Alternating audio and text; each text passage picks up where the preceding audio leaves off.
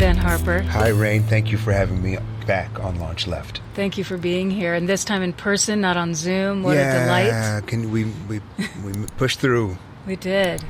It's been a harrowing almost 3 years. Yeah. For everyone, and I feel so blessed that through that time I could get on Zoom and talk to other artists and see where people were at. Thank you for shooting up an antenna, smoke signal. Yeah, it was incredibly helpful to my own anxiety and fear, all those things around what I think, and you can tell me if that wasn't your experience, but this, COVID and the shutdown and all these things kicked up fear of death, fear of losing people, fear of health problems, like all these isolation, losing people just based on not seeing them enough. You might not be friends anymore. All this anxiety, but it also helped me to turn more towards meditation and tools that could maybe give me a sense of calm in the storm. Okay. And I did grow, I think, a little bit, where I would look at anxiety a little bit more in the face instead of just go, why am I so... More coffee. Yeah, exactly. I don't know if that was your experience, that you felt collectively that way too. Facing things that you wouldn't have had to otherwise, any number of emotions or experiences, and somehow maintaining a poise through it. I think tell me if I'm wrong here too, but there was such an attention on fear in the media, in the mainstream media especially. There was this sense that we were meant to be feeling as scared as we possibly could, maybe because everyone, including those in the mainstream media, were terrified of this thing that could kill them and their loved ones, right? So but that intense fear, in some ways, if there wasn't enough awareness in myself around it, I would get so wrapped up in my health, my family being okay, the people I love, and it would disconnect me if I wasn't careful to stay focused on this is happening to everyone, and we're all going through this, and Republicans are going through this, and Democrats are going through this, and people that I don't like hanging out with are going through this, and people I love hanging, and trying to remember that shared humanity piece was not, I felt, supported in the mainstream media, right? It felt like there was a lot of let's pull everyone apart and pit people, the unvaccinated, the vaccinated, like all that stuff got very... Did you experience any of that way? It felt same as you. Yeah. I mean, that was a virus within the virus. Yeah. I don't know. I have different friends from all walks of life, and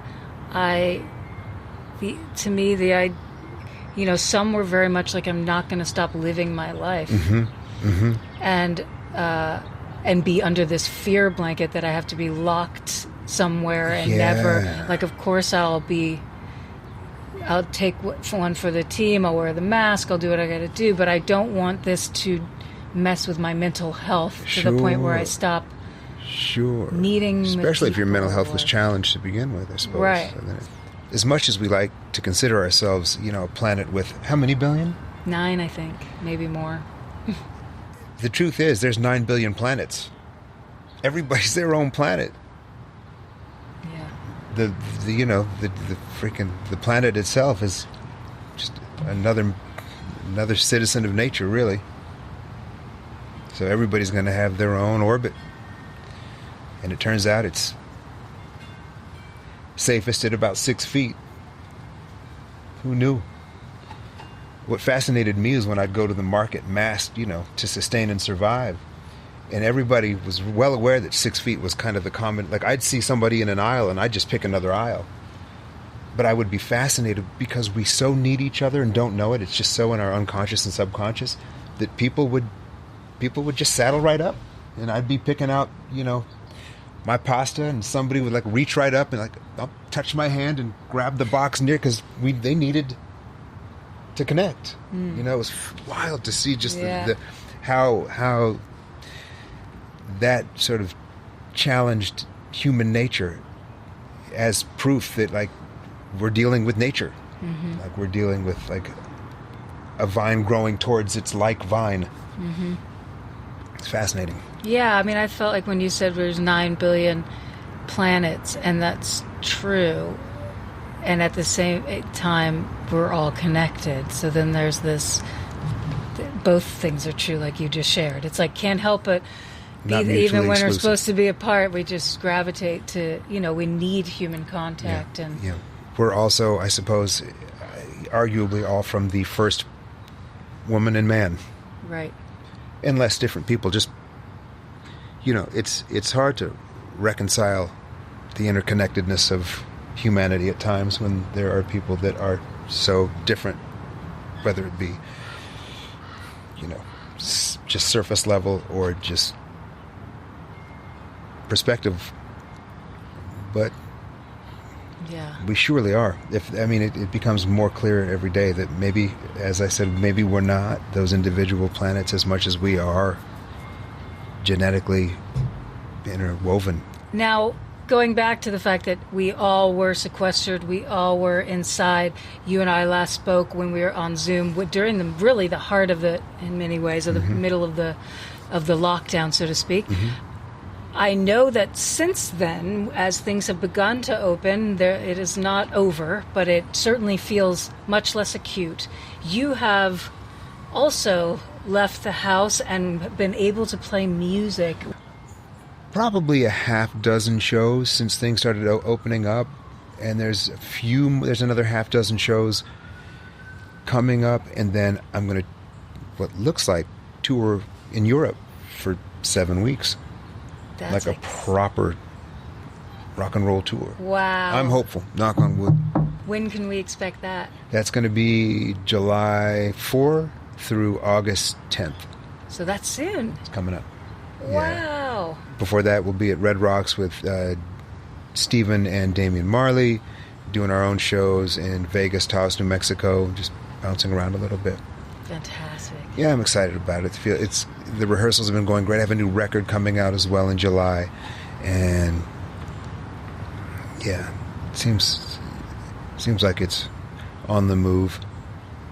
You know, if I get it again, it's going to cost me a fortune on the road, but I'm going to roll the dice. I think the last time we spoke, if I'm not mistaken, you had put out a instrumental record. Yeah. I loved that record. Thank you. And Thank you. I love that you made an instrumental record. Thank you. Like, that was so cool and like courageous, like just a different, like, and now I'm going to just put out, just because your voice is so beautiful, and I think people recognize your music often with your voice, you know, so for you to just go, I'm going to put out an instrumental record, it was really, to me, super powerful to listen to, but also as a statement of just being the artist that you are. Like, thanks for hearing is what I want to say right now, and it doesn't have words, and it doesn't have my voice, and I was like, good on ya. I love that. I gave it to a few friends without saying what it was, just, here's my new record, and they put it on. It was about, like, between the three of them, they're like, it took each one of them like maybe 3 to 5 minutes before they realized, like, this is it, there's no voice coming in. and they were, and at which time they like were able to kind of rest into that, and so thank you for it's cool for echoing that. I love that choice. I thought that was really special. What in your most recent time has brought you the most joy in your life? Like, since we've talked last, is there something that pops out as having been especially joyful? Yeah, time with the kids, all my kids from ages 26 to 2. Beautiful. Getting some really good family time and some rare moments. Nothing better, really. No, it turns out. Yeah, that's the good stuff. And moments with friends too, and in our sort of immediate community of closest friends and family. The family time has been great. Good laughs with my mom. You know, she's hysterical and smart. We should have her on. She just wrote a book called Always a Song. It's a great read and a great book. She's a great writer, musician, singer. Very cool. I didn't So know we'll that. have to get her on. Yeah. Yeah, I'd love that. Yeah. What are some of your favorite times, that you've had lately? Me? Outside of music. I have a new nephew, You do? River Lee. Congratulations, My brother River had his Lee. first son. and All right. He is going to be 2, and he is the light in my life right now. I have 5 And you live other... local? You're able to get to Yes. it? Okay. We Yeah. live local. And I have 5 other nephews that live Okay. close. Okay. So I love being an aunt. It's the best gig in town, in any town. So that is probably, and I still feel like based because of work and things that, you do, that's like, the purpose-driven part of my Yeah. life. It's not always connected to family or my nephews. So I wish sometimes that I had more time, but yes, this time where everything shut down was a lot more about distilling, remembering. Okay. And kind of going back to what we started It was talking nostalgic, about. wasn't it? Like, Yeah. you had a lot of time to reflect. Yeah. Too much. Yeah. Yeah, in a way that was, I know we were talking off camera right before about impermanence and this idea of, being aware as human beings, creatives, artists, of the impermanent nature of our own lives and the lives of those we care about. In a kind of daily way, so that we don't forget to always try our best to be our best version, because we don't know what tomorrow brings for any of us. And how difficult it seems. So easy when you think about it, you're like, oh yeah, that's how I'm going to be. But when things get stressful and you've got things due, and you might be short on the phone with someone, Yeah. like, I gotta go. Every once it creeps up on you. Yeah, it does. And those are always the regrets when you lose people. There's always that thing, why was I short on the phone? And there's Why also people you love that you can only talk to every so often. Oh, that's for sure. And so, you know what I mean? So Yes. not only do you want to, it's like you're saying, focus on your best foot forward with people you love. And if you're short, you want to reconnect. Yeah. I need to push myself to just be more patient and open to the people who I really do love, but just can't find that permanent access. I love them, but I also love them from a distance. Yeah. But I love to then connect with them, whether it's 1 or 4 times a year. Right. Or 1 or 4 times every 2 years. But I really do need to grow up and learn to be a better friend. Like I really do. And pandemic aside, like that, I reached out to some people who I hadn't connected with in a long time. And sometimes you feel right doing that, and sometimes you feel like a flat fool, just because it's like, it shouldn't have taken a pandemic for me to be bored enough to call your ass. You know what I mean? Yeah. But sometimes that's just, and they'd even say it took a pandemic for you to call me. And I was like, well, yeah, but I'm thinking about you now, so let's not make it into anything other than, the best it can be. And people reached out to me in that same way. Like, hey, man, I'm just checking in. We're all, like you said, to come full circle. Like, we are all doing the same thing at every level and stage and political perspective, class, culture, and all the rest fell by the wayside as to what we were all going through. And that's a shame, too. It shouldn't take a pandemic to unify us in misery, should it? Right. I mean, that's a damn shame, really. Like, Yeah. we should have each other's backs, in sickness or in health. Well, and the truth is, like, I think at the core, I think in some ways we're all actually are always going through something. Isn't that, yeah? Even though some may look like they're going through it in the best possible style, and others are like not doing very well. But in some level, we're all going through it. So you're right. If we were more aware of that, or connected on this, in the sense that we all are human beings, we all want to be happy, we all want our kids to be safe, we all, want to be able to sustain our lives and not be scared of and we're probably being all unhoused equally as insufferable as the people that are insufferable to us. Exactly right. To someone else. Yeah, we're Perhaps. just passing it along. No, it's very true. I know. That's an interesting thing that you brought up, because it made me think, like, well, yeah, what do you do in those cases? I mean, I know I'm a similar friend. I can get really busy and wrapped up, and so some of my dearest friends know this about me. It might take 3 months for me to check in again. Sometimes, like I just might not talk to.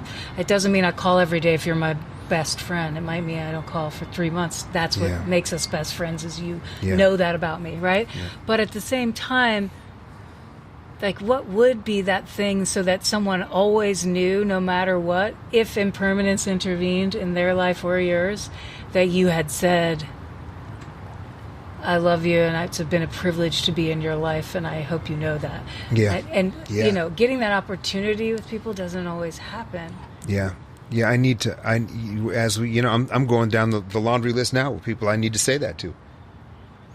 And then there's some people that you meet, do you ever, or maybe not, but there's some people I meet, I should say, that sometimes like, oh, you were born with a strong sense of impermanence. Like, I've met people who I'm shocked their feet ever touch the ground, right? Like, you're on a different, like, there's 9 billion planets, and then there's you, right? You know, like, you're individual amongst a world of individuals, and that's always something to see. Yeah, it's beautiful. Yeah, rare. Yeah. It's like a star at midday. Bam. A black albino. How much do you ever feel like you're here for a reason and use your creative to cultivate expressing whatever that is, even if you don't know? Like, is that part of or is your art come from like a wellspring that just one day you're doing this and the next day you can't not write a song or can't not express yourself? I like can't not, because I am a little desperate for it. I mean, I'm just, you know, I want to make a unique statement. You know, we're all confined to this, for the most part, the same notes and the same chords. And we're all influenced by what's come before us and what is surrounding us now. So within that construct, to still find hopefully find a moment in time that you can be unique and be individual is a big part of my purpose. I mean, I want to have a sound that you can hear a note and go, okay, that's, you know, or a texture or tone out of my, oh, that's, you know, and for some people it'll be, oh no, that's, you know, but to the people who receive it and go, oh yes, that's, with open arms. I'm trying to not only find that lane, but go as far down the road as I can with being sincere to the sonic mystery that is the most exciting part about picking up an instrument and not knowing where it's going to take you. Yeah, absolutely. So there's like an innate kind of, do you feel like there's an innate sort of allowing whatever that pure expression is in you, like picking a lane or picking what you want to say, but then letting it just take you, because you can't help it. It just takes you. It's like you're not even hitchhiking, but you just got picked up and taken along, kind of. Yes. Thing? Yes, like as that? much of that as possible. Right. Because the other whatever percent is the craft. Right. And that's real, right? Real, absolutely. Yeah. But but as you say, the other one is just, you know, a sonic hitchhiker. I'm just got my thumb up. Yeah. You know, I'm just like, please pick me up song. Yeah. Energy, you know, energy field, whatever that is, that allows you to take complete silence and chip away at the marble stone of silence to reveal a part of you that you didn't know existed until it was completed. That's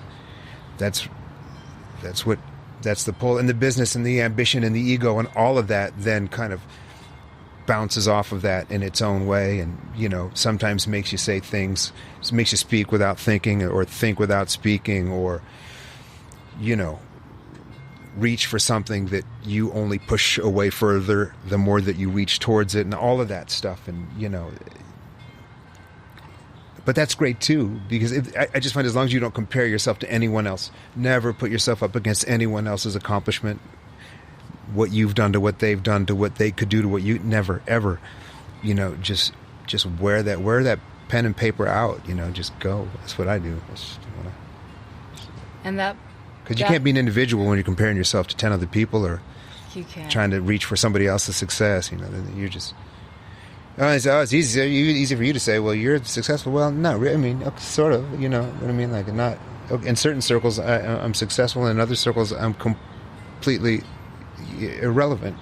Couldn't be more so. So, and at any rate, the most successful musician is completely irrelevant to the most successful school teacher, who's irrelevant to the most successful astrophysicist, who's, what I mean? So we're all, you just, again, sonic hitchhiker. And when you get picked up, is recording as exciting to be a part of that sonic world as live performance? Are they different? In what ways are they different? It can be for a song to come to life in the studio with some witnesses, and to have a great team around you who's patient and has your best interests and interconnected with theirs, and where you're all working as a symbiotic, cohesive community. That's the best, because then they're telling you, they're suggesting, you're reaching for something. You're all kind of, there's strength in numbers at that point when there's a creative team that is around you, that where you rise and fall together. And so when you hit something that is unique, or at least feels like it's the first time it's been done, or it's just flat out cool, you're just, it raises the freaking, the frequency wave that is the human experience. Yeah. It's like, the guy lying in the hospital when it's the beep beep beep, it starts getting stronger, and all of a sudden he's opens the eyes, because life is it can kind of lull you into being kind of like a sort of walking comatose state. So that's a great part about music. It reminds you that that's no way to live, right? You hear something, even if it brings you pain, or if it purges the pain, whatever it does, like it's definitely heightening the experience that is the day-to-day. For me, that's what music does for me, I should say. So to be in the studio, chasing that down, or having it chase you down, it's like, wow, okay. And then live, how is that different? And then live, it's like it's communion. It's like community. Is you're able to then say, okay, we did that, and now, and it went out into the world, and it meant enough for you to be here, and for me and us to be here. Yeah, you're speaking about live performance, and that you're right. It's like that's when you get to include the audience, right? This wealth of new energy comes into a project. Imagine. And they all have ears and eyes, and they want to, absorb what you've created. And then together, that, like you said, that all joins together into one convergence of creativity that is so powerful. I always think about we make it, and it's harnessed in that moment, right? Mm-hmm. And then how often do we intentionally, as artists or crowd, have the awareness that's happening, and then somehow find a way to dedicate or offer all that energy, because it's such good, joyful, connected. Yes. And then how do we give that somehow, give it away? Examples free of the confines of good, bad. How many? Where? I mean, because you can go to Coachella, and on the fringes, it could be Christ himself on the mic with Zeppelin backing him, and there'd still be people going, "I'm going to go get a hot dog. I'm going to." It's like you're really sometimes I'm watching shows, and it'll be like the most heartfelt moment, and I'll see someone turn and go, to get a beer. I'm like, whoa, that's okay. So to my point, what you said, reaching whoever's there, no matter what they're going through, no matter, everything else aside, to reach people on a soul level who are really there and with you, free of being concerned about the comings and goings of anything. I mean, it's actually, because God only knows what's going on in the rest of the world while you're doing what you're doing. Yeah, exactly. So to actually be able to have that collective pause while the rest of the world may be spinning the opposite of the Earth's orbit is even cooler. Yes, 100%. So I love what you said. I love that. Just connecting with the collective, connecting just with those people in that moment. I mean, I feel like, well, or with all people who aren't even there. Like, that's what I think is like, you dedicate it to those who are sitting at home lonely, who feel like no one's ever liked their song and they can't go out because they have an immunosuppressed disease or right. Yeah. So like, I try to think of the people even who aren't there, that I could give all this goodness we just made in this room to them, like to whoever needs it.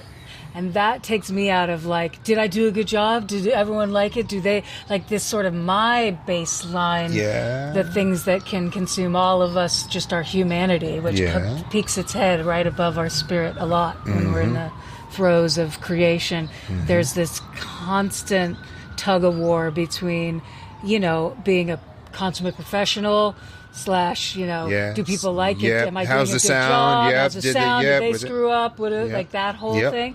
Versus like, I'm right now, there's a convergence of myself, others, the audience, and we are creating a symphonic moment together of energy. We're making really important energy. So all those little mind meanderings, if I could get rid of those and just go, whatever's good about right here, can I give it to those who need it? Because otherwise I'm going to get in there and ruin it with my brain. I'm going to start I'll get in its way. Apart. I'm going to get in the way. Yeah. And the beauty, now you're bringing me to the idea of the importance of the recorded moment as well, because you never know who's going to find that and hit play on an instinct or by word of mouth. And I can't think of really anything that has affected me as deeply as music. I mean, even the song of yours that you just turned me on to that I played, Time is the Killer, and how you step it up to Time is the Healer, right? I mean, that's just brilliant. And I hadn't heard that song. I was sitting here in front of you listening to your music, getting chills. You know what I mean? Which was kind of otherworldly. I liked it. But to send that out into the world for strangers to connect with, I mean, I have a suspicion that if aliens ever actually decide it's okay to drop down here, it will be in large part because of music. I'm with you on that. I hear that. That's That's just a hunch. It's the universal language.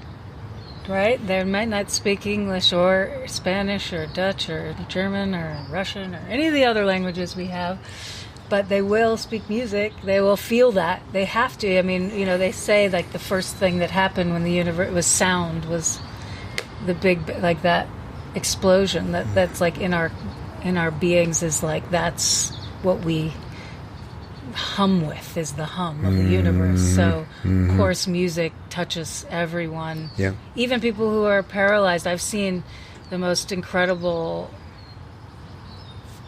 moments with people who literally could not move any part of their body but could blink yes or no, listening to music. Like I'd go volunteer or play a song, and this just wake up inside this joy to them of like, I can be a part of.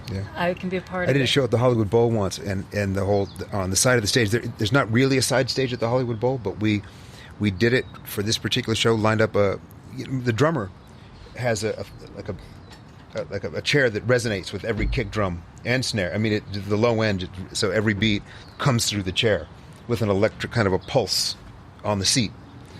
And we set up 10 or 12 of those along the wall at the Hollywood Bowl with a sign language interpreter. Oh, amazing. And it was lit. Right. Well, thank you again for being on the show. Thanks for having me. LaunchLeft aims to create an intentional space that highlights and empowers all artists for whom radical creativity is not a choice, but a necessity. LaunchLeft begins with music, but its ultimate aim is to launch left-of-center artists in all creative fields.